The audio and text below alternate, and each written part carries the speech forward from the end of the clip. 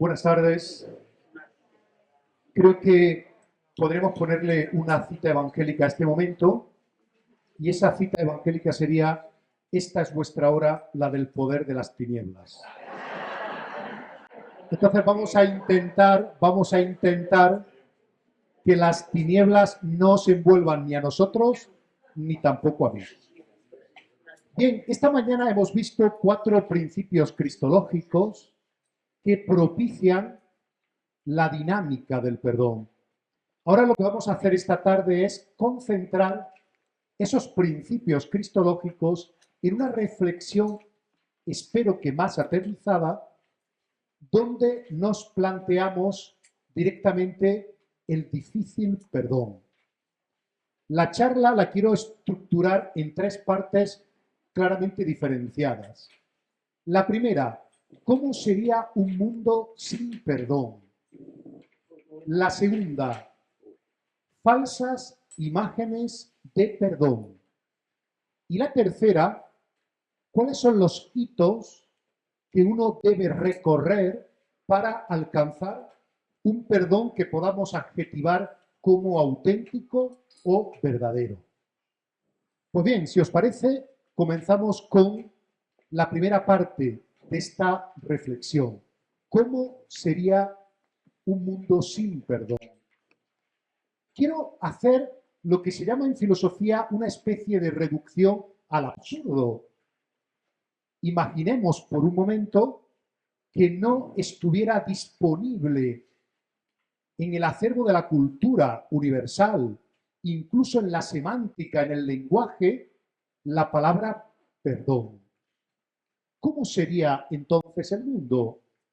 Cuando le hablo a jóvenes en la parroquia sobre esta cuestión, siempre recurro, cómo no, a Juego de Tronos, que sabéis que es una serie que ha sido muy vista y es una serie que me sorprendía, mítica, en una suerte de edad media, me sorprendía porque realidades como la compasión, como el perdón, no están disponibles.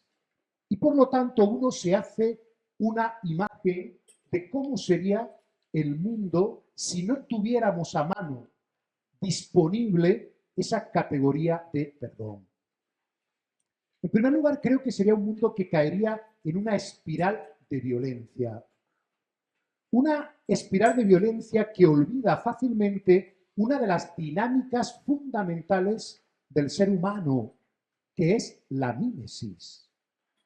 Es decir, el ser humano funciona principalmente por imitación. Esto ya se encuentra en Aristóteles, pero quizá en el contexto del siglo XX, René Girard, un pensador muy original francés, es el que ha puesto de manifiesto la mímesis como dinámica fundamental de funcionamiento del ser humano. ¿Qué quiero decir con la mímesis? Quiero decir que habitualmente detrás de un verdugo se encuentra una víctima. Si no tuviéramos disponible esta categoría del perdón, olvidaríamos esta realidad que me parece sustantiva, especialmente con los desgraciados acontecimientos de abusos de menores en el seno de la Iglesia, pero también en distintos ámbitos de la sociedad. Los especialistas siempre subrayan y son concordes en esto, en que habitualmente detrás de un abusador hay un abusado, porque el ser humano funciona principalmente por imitación. Sin perdón, caeríamos en el olvido de la mímesis, en esa espiral de violencia. En segundo lugar, en un mundo donde no hubiera perdón, caeríamos en el resentimiento.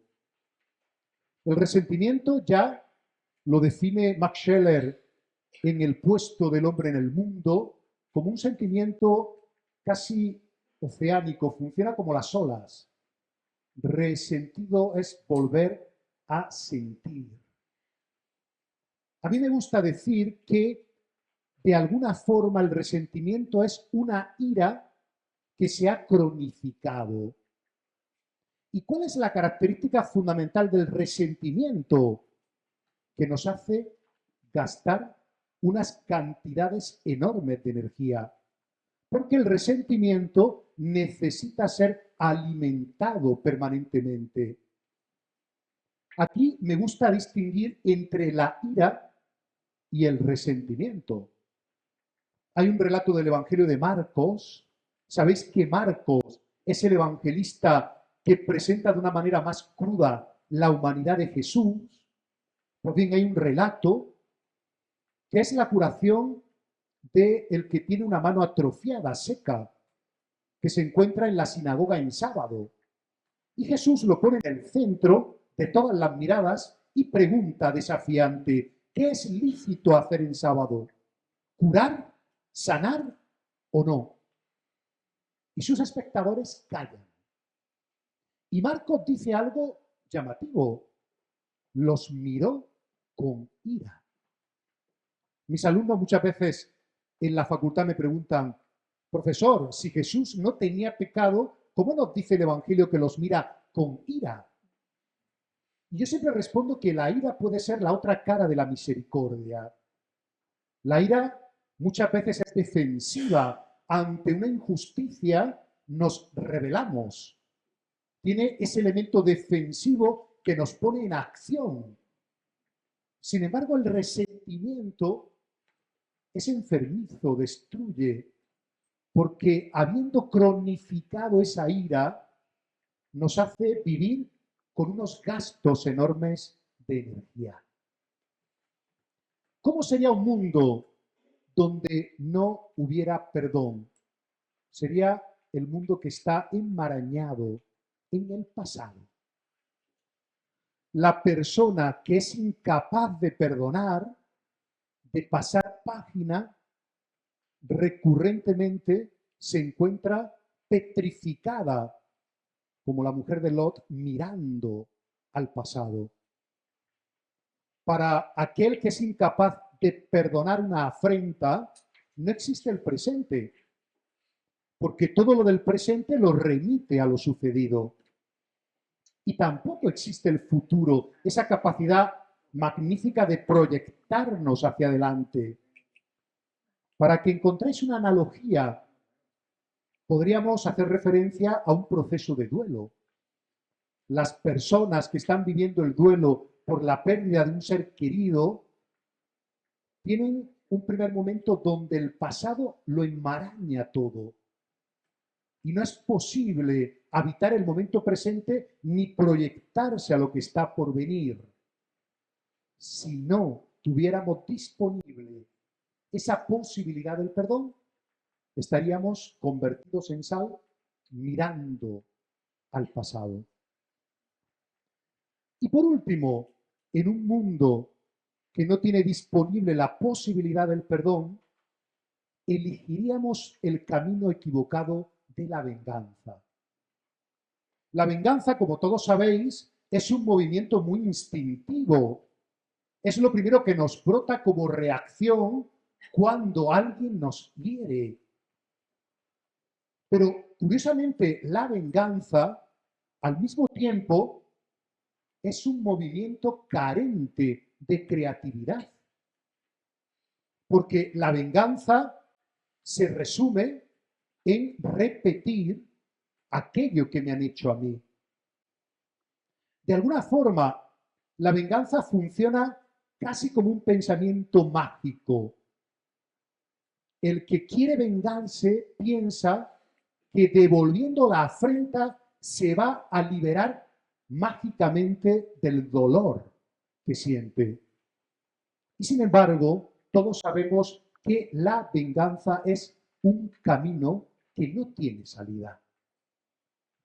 Tanto es así que cuando miramos el proceso de evolución del ser humano, descubrimos que la venganza tiene que limitarse, porque una venganza desproporcionada en el fondo hace inviable el ser humano como especie y su permanencia sobre la faz de la Tierra.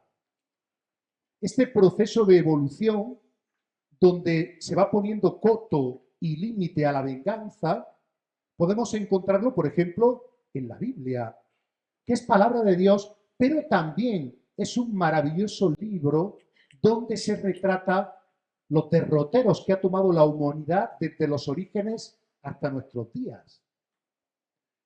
En el libro del Génesis, por ejemplo, capítulo 4, Lamec, el hijo de Caín, dice, fíjense, por un cardenal mataré a un hombre, a un joven por una cicatriz. Si la venganza de Caín valía por 7, la de Lamec valdrá por 77. Esa venganza desproporcionada, donde por un cardenal que me hagan yo mato, o si me hacen 7, multiplico hasta llegar a 77, es una venganza tan desproporcionada que al final no hace posible que podamos subsistir como especie. Acabaríamos aniquilándonos unos a otros. Por eso, en el libro del Deuteronomio encontramos la ley del talión, que lo que hace es introducir un correctivo a la venganza para que no sea desproporcionada. Tiene que haber equivalencia en la venganza. Y encontramos la famosa frase, ojo por ojo y diente por diente. Pero también todos sabemos que al llegar al Sermón de la Montaña y al encontrarnos con un hombre, Jesús de Nazaret, en el que podemos descubrir una humanidad plenamente cumplida, se nos presenta el horizonte escatológico último al que estamos llamados, al que te abofeté en la mejilla derecha, preséntale también la izquierda. ¿Cómo sería, por tanto, un mundo sin perdón? Me gusta hacer una interpretación libre, un poco heterodoxa, de esta cuestión de la neurociencia que nos habla de los 3 cerebros. Ya sabéis que los neurocientíficos dicen que nosotros tenemos 3 cerebros que ponen de manifiesto ese proceso evolutivo que va desde el lagarto que fuimos hasta el humano que seremos. Por una parte, nuestro cerebro más atávico es el reptiliano. Y es interesante porque el cerebro reptiliano lo que gestiona fundamentalmente es el miedo y el instinto de supervivencia. Ese lagarto que está mirando permanentemente a todos los lados para que no haya ninguna zarpa que acabe con su vida. Cuando tenemos un acontecimiento de susto, por ejemplo, el propio obispo yéndose a la cuneta, ahí el cerebro reptiliano funciona. Y mirad, aquí está un superviviente. Es interesante porque luego nos encontramos con el cerebro límbico, que es el cerebro del mamífero. Y es interesante porque en ese cerebro se gestionan 5 movimientos fundamentales, muy interesantes: alimentación, apareamiento, territorialidad, eso que hacen los perros cuando mean el terreno, jerarquía, cuando se ponen a luchar los leones y el que vence de alguna forma se establece como jefe de la manada, y también la violencia. Es decir, cuando en nosotros está violencia, jerarquía, territorialidad, apareamiento, alimentación, está funcionando el cerebro límbico. Pero es verdaderamente interesante caer en la cuenta de nuestro cerebro más reciente, de alguna forma más evolucionado, que es el frontal, el neocórtex. Y los neurocientíficos nos dicen que lo que se gestiona en ese cerebro más evolucionado son realidades como la fraternidad, la gratuidad y el perdón. Es decir, si el neocórtex marca una humanidad mucho más evolucionada, significa que el perdón es más humano que la venganza. Yo hago una interpretación, como digo, teológicamente heterodoxa para la neurociencia, que tiene que ver con ese relato de aparición del resucitado en la mañana de Pascua, cuando le dice a sus discípulos: recibid el Espíritu Santo, a quienes les perdonéis los pecados, les quedan perdonados. Me gusta muchísimo esta alianza entre espíritu y perdón. Es decir, el neuma de Dios, así me lo imagino yo, el neuma de Dios, con mucho esfuerzo, está intentando sacarnos de la animalidad. Quizá estamos todavía como especie más cercanos al animal, y ese neuma con fatiga histórica nos lleva hasta el escato, es decir, hasta la plenitud, y esa plenitud es una humanidad cumplida. Pues bien, a mí me gusta decir que una humanidad cumplida vive con complacencia esta realidad del perdón.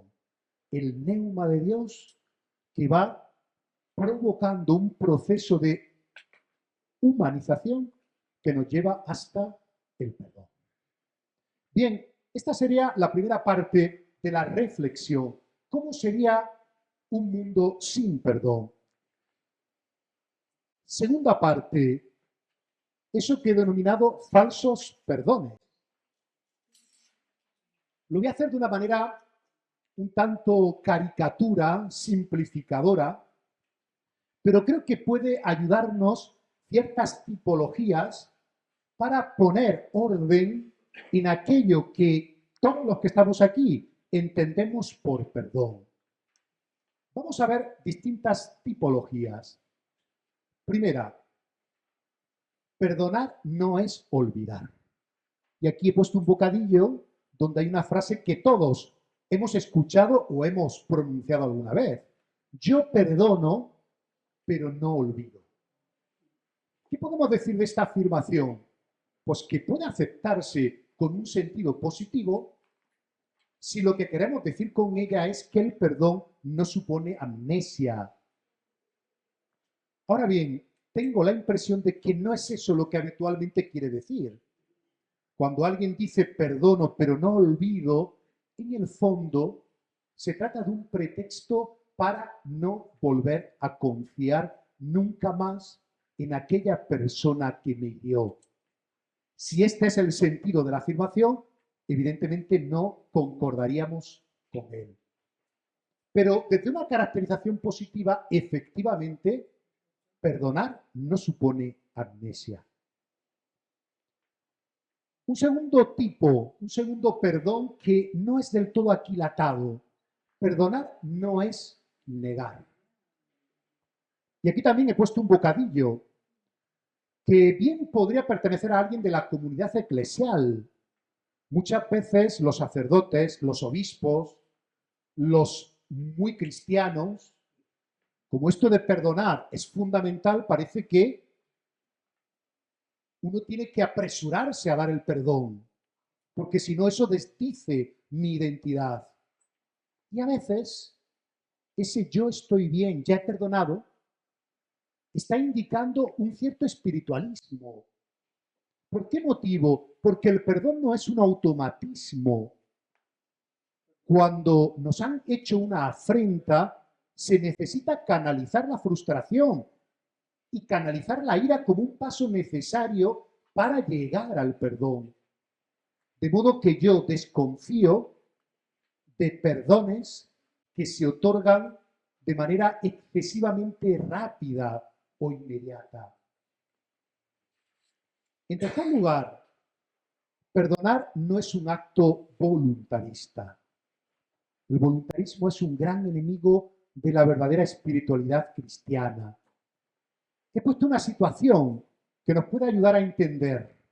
La maestra, esto nos ha ocurrido a todos, dos niños que se pelean en el patio, venga, pídele perdón a tu compañero. Este voluntarismo muchas veces esconde una visión infantil, una visión mágica del perdón, que no tiene en cuenta el grosor de la herida. Esto es muy importante. conceder el perdón depende del grosor de la herida que nos han infligido. Cuarto tipo de perdón no auténtico, que tiene que ver fundamentalmente con los sacerdotes, con los que somos predicadores. Perdonar no es una obligación. Y muchas veces nosotros, los sacerdotes, desde el púlpito, decimos, los cristianos tienen que perdonar, además con el dedito. Y es curioso porque muchas veces me he encontrado a buenos cristianos que con gran frustración me han dicho, mire usted, quisiera perdonar, pero no puedo. Porque no podemos reducir esta realidad del perdón a una mera obligación. La palabra, no lo olvidemos, tiene que ver con transitar por el don, vivir en la gratuidad, redoblar. Entonces, no es algo exigible, sino algo que se encuentra en otra atmósfera que es necesario conocer y procurar crear en nuestras comunidades. Quinto tipo, perdonar no es borrar lo sucedido. El ejemplo de una traición en el ámbito matrimonial, donde el que ha sido infiel dice, quiero que todo sea como antes, como si no hubiera pasado nada. Es imposible, no puede borrar lo que ocurrió en el pasado. Eso está y estará. Lo que sí puedes hacer es aprovechar lo que ha sucedido para construir esa relación en unas bases más auténticas y más profundas. En vez de borrar, quiero que todo sea como antes, puedes aprovechar esa crisis para preguntarte qué te llevó a esa infidelidad y a partir de ahí reconstruir la relación en un sostén mucho más verdadero. Sexto, que me parece muy interesante, porque aquí también suele haber ciertos equívocos. Perdonar no supone siempre restablecer el vínculo. Aquí puede servirnos para entender lo que quiero decir, un maltrato, violencia dentro de la pareja. Y entonces la persona que ha sido maltratada puede decirse, te perdono, pero no voy a volver contigo. Son dos realidades que no siempre coinciden. Recuerdo una mujer de la parroquia que tenía un marido que de vez en cuando se iba de turné 3 meses, quiere decir, desaparecía 3 meses y estaba con otras mujeres. Y a los 3 meses llegaba muy arrepentido pidiendo perdón. Y esta mujer pertenecía a una comunidad cristiana muy identitaria. Y en esta comunidad cristiana le decían, si te pide perdón, tienes que perdonarlo hasta 70 veces 7. A la tercera vez que el marido hizo esa turné y que vino muy arrepentido a casa, ella vino a hablar conmigo y se quedó tremendamente desconcertada cuando yo le dije, efectivamente, tienes que perdonar. O mejor, vas a intentar realizar un camino que te conduzca al perdón. Pero eso no supone que tengas que volver con él si en realidad no quieres. Porque nadie está obligado a hacer algo que no quiera. Séptima imagen que puede ser confusa. Perdonar no supone renunciar a nuestros derechos. También aquí pongo un caso tipo, un divorcio, y una de las partes dice, no quiero nada tuyo, te perdono. Detrás de esa afirmación puede esconderse cierto miedo, cierta falta de fortaleza o de debilidad que de alguna forma difumina tus contornos ante el otro y por tanto puede ayudar a perpetuar una injusticia. El hecho de hacerse visible ante el otro no significa que uno esté entorpeciendo el proceso del perdón. Y por último, y esto también me gusta especialmente, perdonar no es quedar por encima. Hay algunos perdones que humillan más que liberan.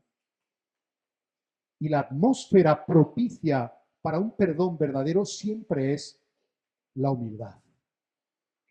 Fíjense lo que he puesto en ese bocadillo, el arrogante que dice, soy tan bueno que hasta te perdono. Puede ser una manera sutil de ubicarse con una especie de primacía espiritual por encima del otro, por encima del contrario. Vamos a la tercera parte. ¿Cuáles son los hitos, los puertos de montaña por los que uno tiene que pasar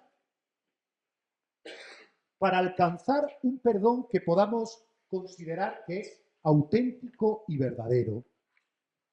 Y aquí quiero transmitir una de las claves de comprensión de esta reflexión. El perdón es un camino, no es un acto automático, instantáneo.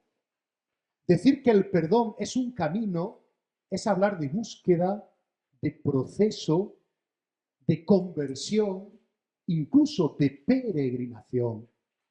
Pues bien, vamos a ver algunos hitos que es conveniente recorrer para, como digo, llegar a esa patria en la que podamos adjetivar nuestro perdón como auténtico o como verdadero.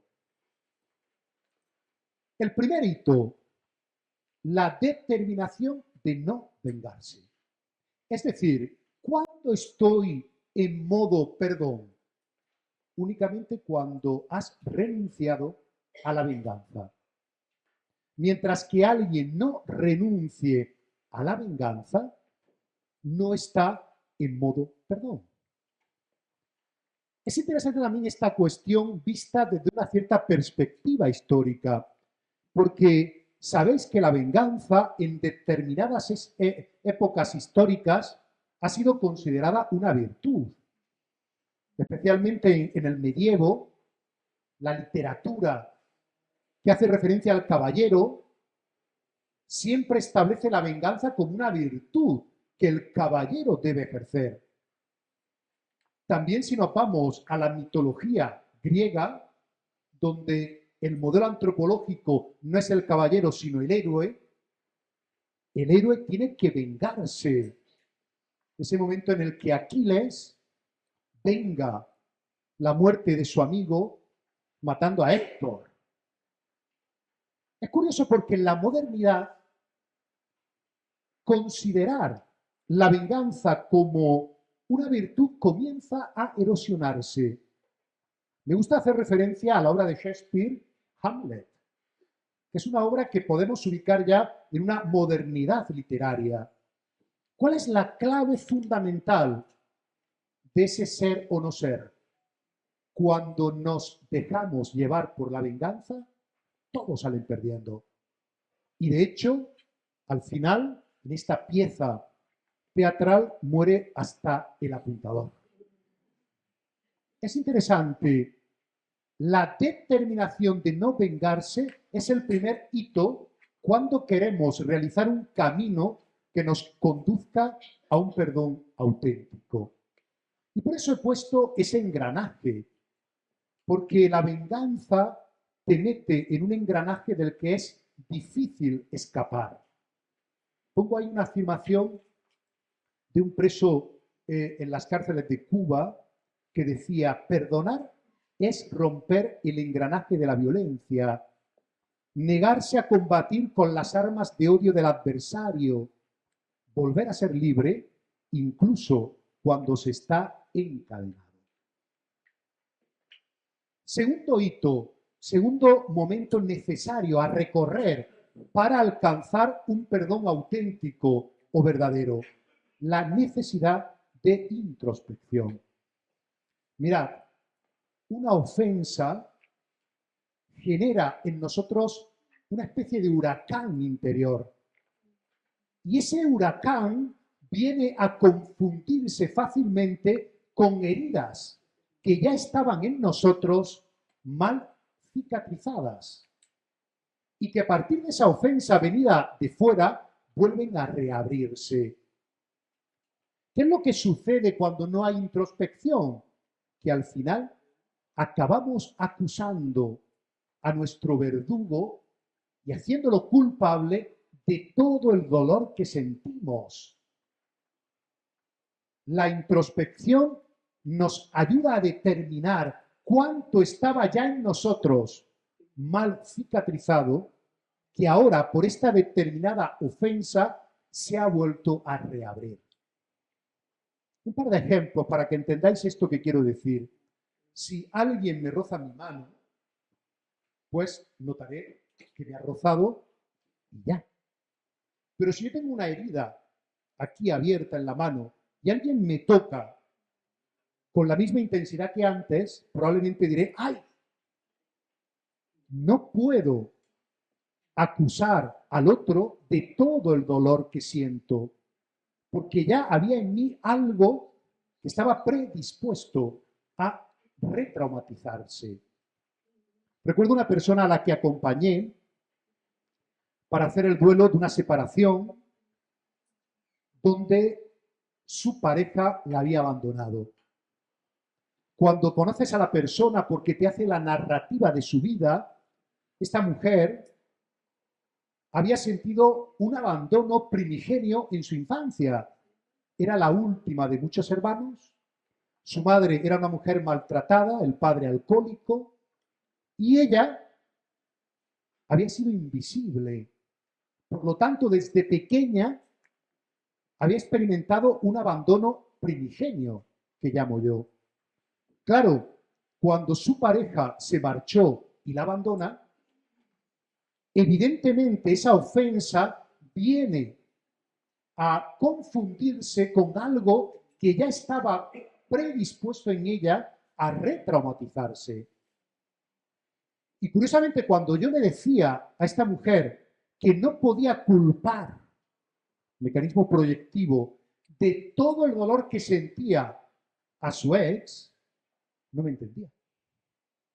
¿Por qué motivo? Porque si nos falta la introspección, es mucho más fácil echar balones fuera.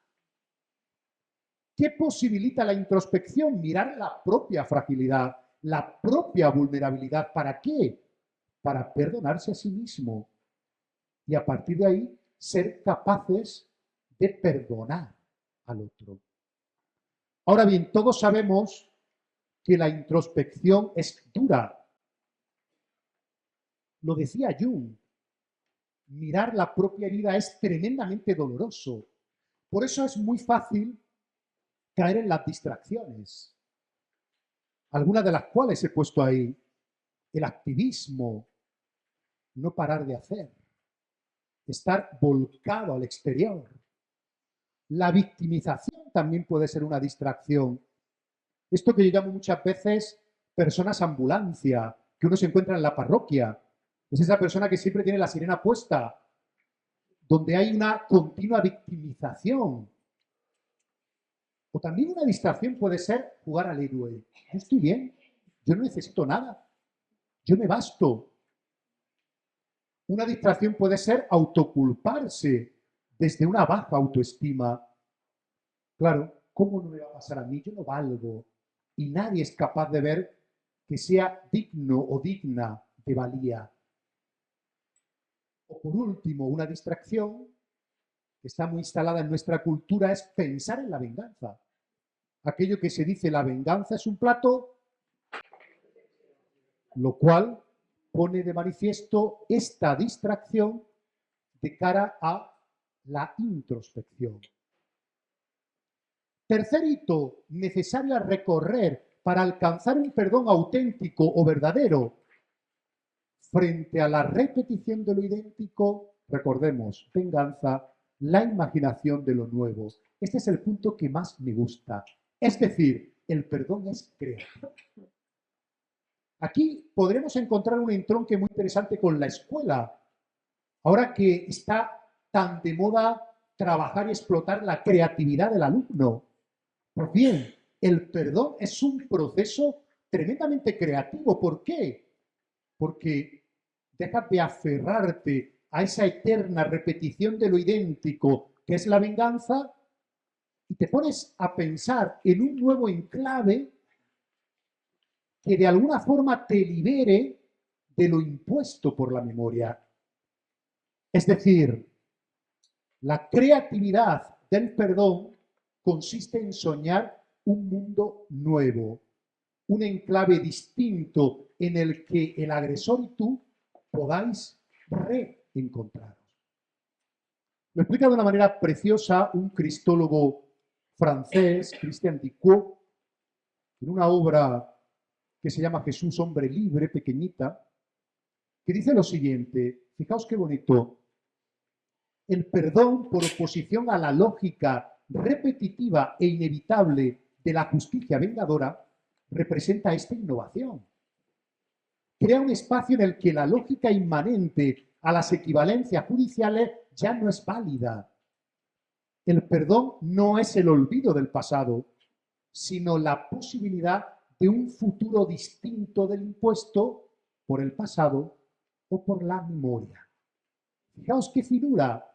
El perdón no es olvido del pasado, pero sí pensar un enclave distinto del que impone un recuerdo de la afrenta sin más. Este tercer momento me parece el más estimulante, pero hay un cuarto momento que quizá es el más difícil.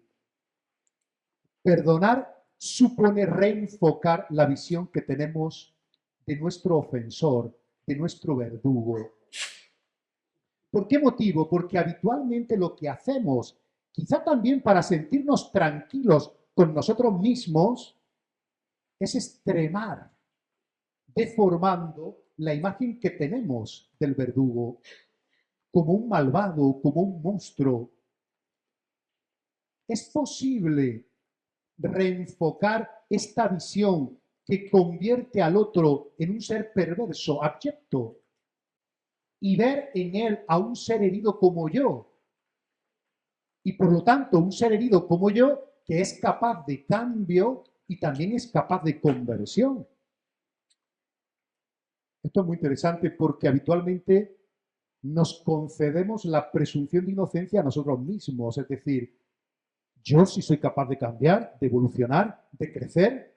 Ya, tú sí, pero tu verdugo, tu agresor, tu ofensor, es tan malvado, tan abyecto, es tan monstruoso que no tiene solución.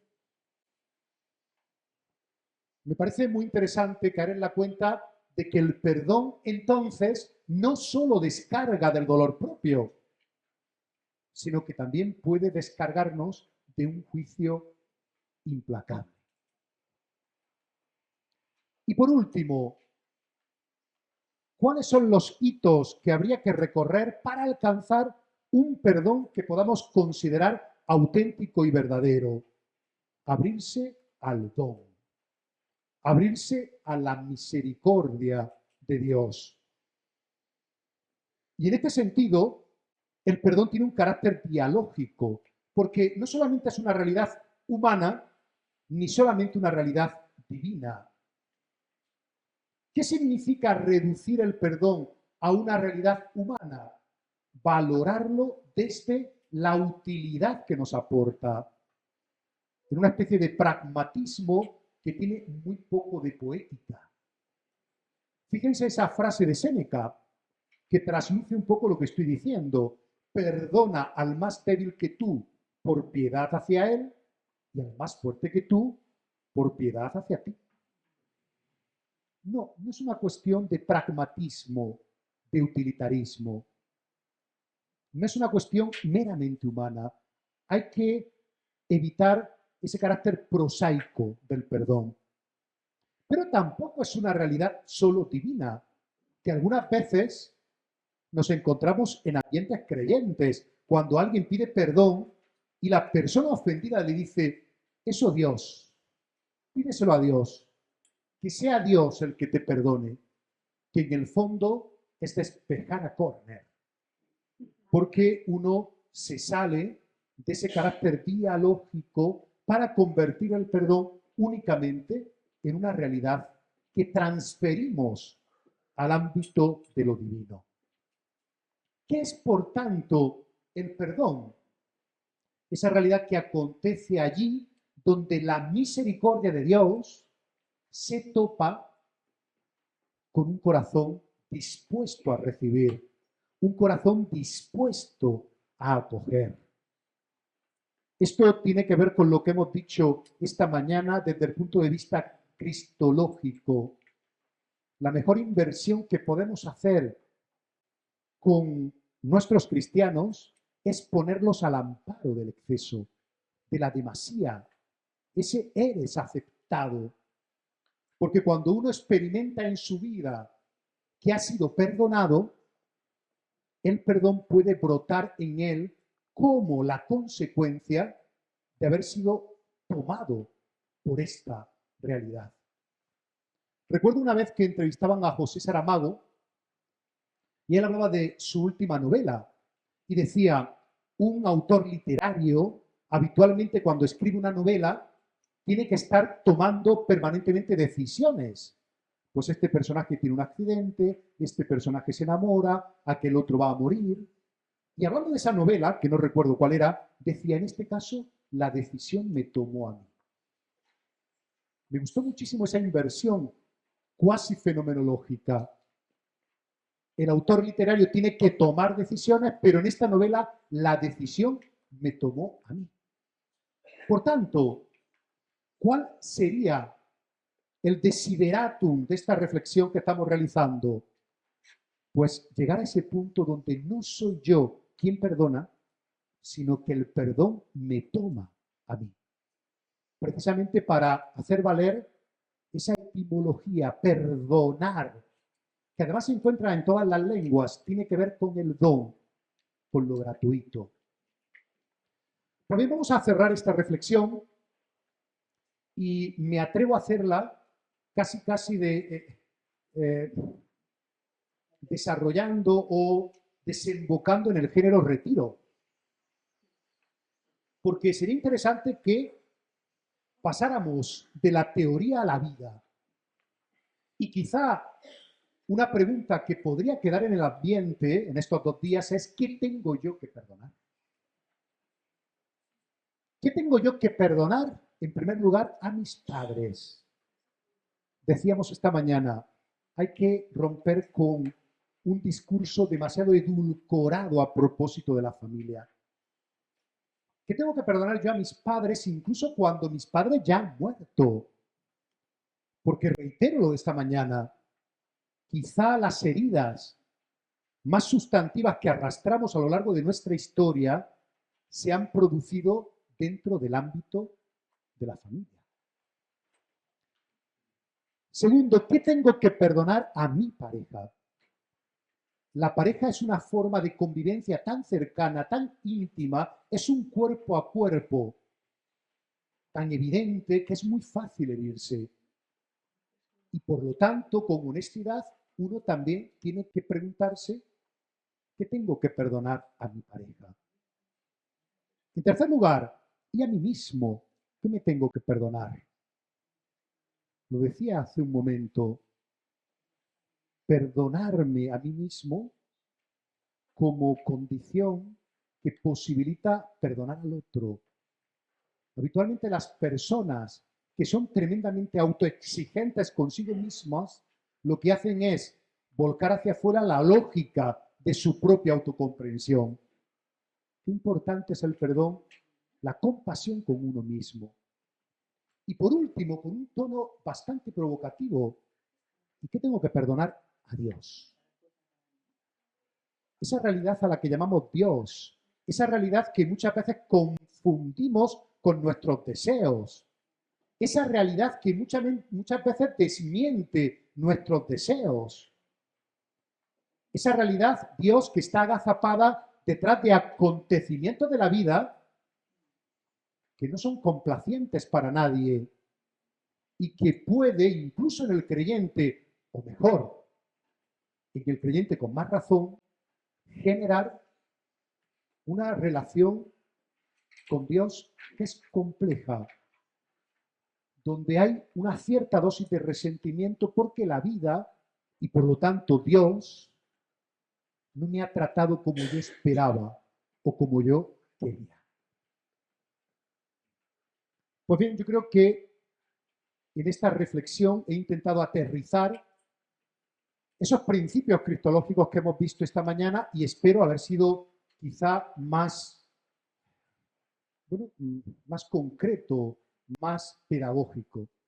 Si os parece, no me gustaría irme sin poner un fragmento de película que solamente tarda 6 minutos, que ahora sí se va a escuchar, de verdad, ¿verdad que sí?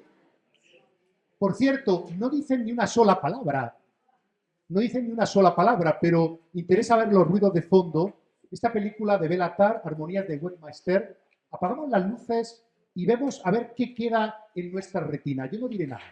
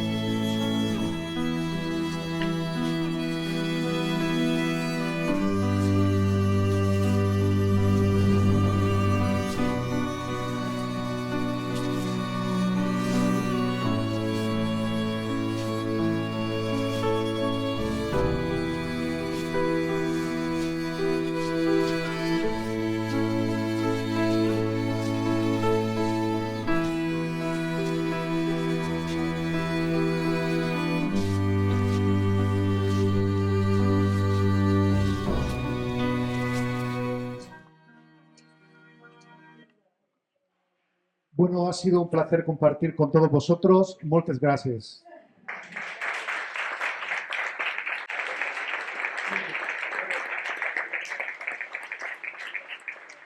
No sé si tenemos algunos minutos o vamos ya. Lo mismo nos podemos quedar con la imagen y las preguntas lanzarlas al viento, ¿no? Yo, depende de los tiempos. Yo, como comprenderéis, estoy disponible. Sí, sí. Obrim torn de preguntes, eh? Endavant, endavant.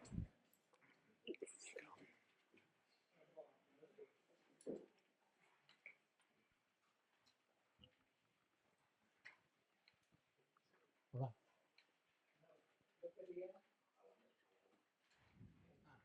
Yo quería preguntar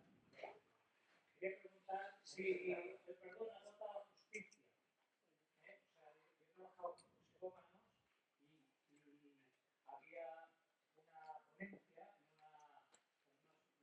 unas jornadas de justicia y era terapia o pena, terapia o pena. Y un profesor mío, que tocó Puig, va a decir terapia y pena. O sea, uno perdona no quiere decir que no tenga que pagar algo. Ya está. Yo creo que está muy bien dicho. Usted se ha respondido. Antes he comentado que perdonar no supone renunciar a los propios derechos. Para mí, quizá la persona que mejor ha expresado esta cuestión es Paul Ricoeur. Tiene unas conferencias que seguro que conoces en Norteamérica, que publica Trota en un pequeño libro que se llama Amor y Justicia. Y es interesante porque él habla de la prosa de la justicia y la poética del perdón. Y dice que son realidades que no se contradicen, sino que se presuponen. Es necesario que haya una cierta equivalencia para que podamos detectar, percibir aquello que es gratuito, aquello que es don, pero si solo nos quedáramos en la equivalencia, muchas veces acabaríamos en la lógica del utilitarismo. Por eso es necesario trascenderla. La justicia, de alguna manera, se ubica en esta lógica de una cierta equivalencia. Y también ocurre al revés. Si solamente estuviéramos en el perdón, o de otra manera, solo estuviéramos en el don y perdiéramos esa cierta equivalencia, estaríamos muy cercanos a quitar los pies del suelo, es decir, a establecer ciertas quimeras que no tienen consistencia histórica. Yo creo que es necesario ubicar estas dos realidades en una integración conveniente. No puede haber perdón sin transitar, como usted decía, por la justicia. Més preguntes, endavant. Aquí hi ha una.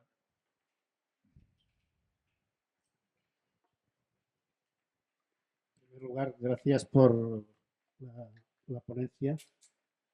Yo quisiera que aclarase un poco la relación entre el tema del perdón, entre la verbalización, es decir, la palabra, y el silencio. La capacidad de expresar aquello que uno vive o ha vivido y la capacidad de contemplar desde una vertiente diferente a partir del hecho de, sería para nosotros la oración, pero en principio la capacidad de escuchar. Esta temática yo creo que trasciende un poco la cuestión específica del perdón. Entonces no sé si le voy a responder, pero quiero traerla a este ámbito concreto del perdón, porque la verbalización también puede ser muy interesante en otras dimensiones de la propia existencia. Lo voy a traer al ámbito del perdón. ¿Es posible conceder un perdón cuando no hay una petición del mismo? Porque claro, la petición del mismo supone verbalizar, supone tomar conciencia de que he hecho algo que ha podido herir al otro. Y por lo tanto pongo palabra a esa toma de conciencia y pido explícitamente perdón. De modo que un proceso de perdón está relativamente orientado cuando hay una petición, una verbalización del agresor a la víctima. Pero claro, hay una pregunta interesante. ¿Y si esa verbalización nunca llega y nos quedamos, por tanto, en el silencio? ¿Es posible que se active esa dinámica del perdón? Evidentemente esto complejiza mucho más los procesos. Son cuestiones que siento mucho no poder resolver porque quizá no tienen una resolución y se requiere de un cierto discernimiento histórico aterrizando en los diversos casos que uno pueda encontrarse en su periplo vital. A més, és una de les idees que demà desenvoluparem, no? Aquest tema del perdó condicional o incondicional. Hi ha dos pensadors jueus, tots dos del segle XX, que tenen posicions molt distintes en aquesta situació. Un és Jacques Derrida, que diu el perdó o és incondicional o no és perdó de veritat, i l'altre, per exemple, és de Primo Levi, en la seva trilogia d'Auschwitz, no? Jo estaria disposat a perdonar els botxins que van tancar-me en un camp en condicions infrahumanes, referint-se a Auschwitz. Però només si ells fessin aquesta petició explícita i reconeixement dels mals causats, com a condició sine qua non del procés del perdó. No? Per tant, és un dels temes on hi ha més debat en el món filosòfic jueu i també en el món filosòfic cristià. Demà ho aprofundirem. Antes hablábamos de la ley del talión.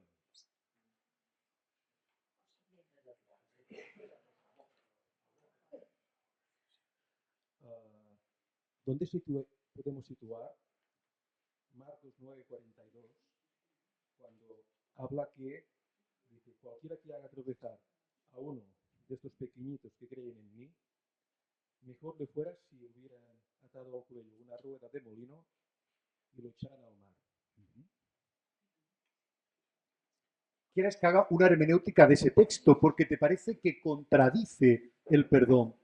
Yo creo que ese texto entra dentro de aquellos otros donde Jesús dice, si tu mano te escandaliza, córtatela, si tu ojo te escandaliza, arráncatelo.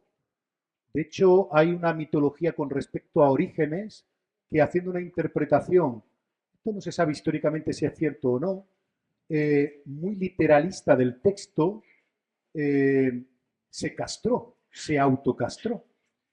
Yo creo que es un texto que simplemente hay que entenderlo como género literario. Esa rueda de molino que te lanza al mar significa precisamente esa especie de protección que Jesús quiere realizar con aquellos que considera más frágiles o más débiles en la fe y quiere como protegerlos del escándalo que los podría perder. Pero no estamos hablando de una interpretación literal de tirar a nadie con piedras de molino en el mar, ¿no? Buenas tardes, gracias por sus explicaciones de esta mañana y esta tarde. Una pregunta. Gracias a usted por la paciencia. Una pregunta. Claro, hablamos del perdón, pero cuando la ofensa ha sido a la comunidad, al grupo, ¿quién perdona? ¿O cómo se manifiesta el perdón a uno que ha ofendido a una comunidad, a un grupo de personas? Y quizás no todas las del grupo están en condiciones de perdonar. Esta también es una cuestión abierta, no sé si la tratará mañana Francés, que, por ejemplo, se plantea el propio Paul Ricoeur, cuando dice que el perdón tiene que ser únicamente una realidad personal e intransferible, y por lo tanto, ¿pueden perdonar instituciones? ¿Pueden perdonar sociedades? ¿Pueden perdonar grupos? Son cuestiones, como digo, no de una fácil resolución porque, tal como decía Francés, uno puede encontrar posiciones encontradas, contrapuestas. Entonces, despejo a Corner y seguro que mañana Francés trata esa cuestión. Bé, ho deixem aquí. Moltes gràcies a tots per la vostra presència, per la vostra participació. Doncs al doctor Serafín Béjar per les tres ponències que ens ha ofert per la nostra reflexió i paciència.